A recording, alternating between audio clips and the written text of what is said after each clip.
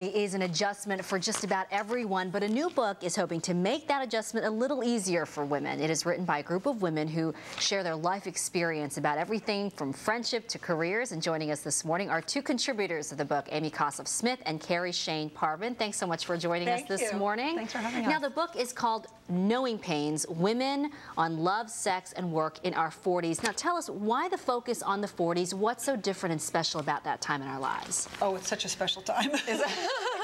Well, the editor, Molly Rosen, who's out of California, went to find a book like this when she turned 40 and didn't find one. And the bottom line is there are lots of books on the decades, but this one is really kind of unique. It reads like a juicy diary, but it's stories of the woman next door. It's not some out there celebrity. It's just the woman next door, everything from life to love to loss to friendship to the work-life balance and everything in between. Whiny. That's what we've heard. It's really each person who has written an essay has taken whatever their situation is and they've said, I'm going to grow from this. I'm not going to sit and complain about it. I'm going to grow from it. So, for example, my essay, which is called Finding Friendship at 40. Right, you wrote about friendship. Right, was about how in my 20s, I was so concerned about finding that guy and falling in love. So I sort of put my girlfriends behind. And then in my 30s, I was raising my children, so I sort of didn't make my girlfriends the priority. And when I turned 40, I was literally getting ready to celebrate my 40th birthday, and I realized, I'm not doing this with my girlfriends. I should be doing this with my girlfriends. They're my age. And I made a commitment at that moment to go back and find them. And I did. How do you reconnect when you're spending your 30s? I mean, that's the stage I'm in, raising young children. How do you reconnect with those friends? You do a lot of begging and apologizing. Social marketing. Social marketing.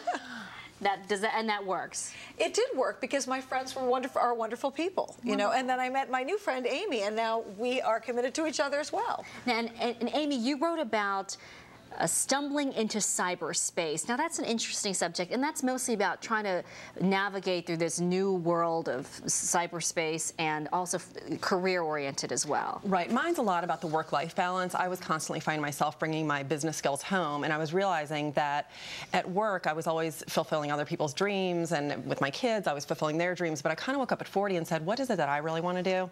So I launched these mommy websites, and stumbling into cyberspace was all about realizing that the people who were helping build these sites and tell you what a widget and a template and track, you know, all this foreign language to me, the people were half my age, but I was learning from them and I was just really fascinated by it. So for me, it was just about finding my own dream and my own path and doing it through work, but about a home-based subject. Isn't it tough to learn, though? Because sometimes I feel like completely out of sorts when it comes to technology and especially stuff on the web. There's just so much out there. I thought at first, honestly, I mean, I wanted to publish my own book about the business of motherhood, and these book agents were saying, well, you've got to be on the web. You have to have a website and a blog. And I said, I don't even know what a blog is. The word doesn't even sound that good.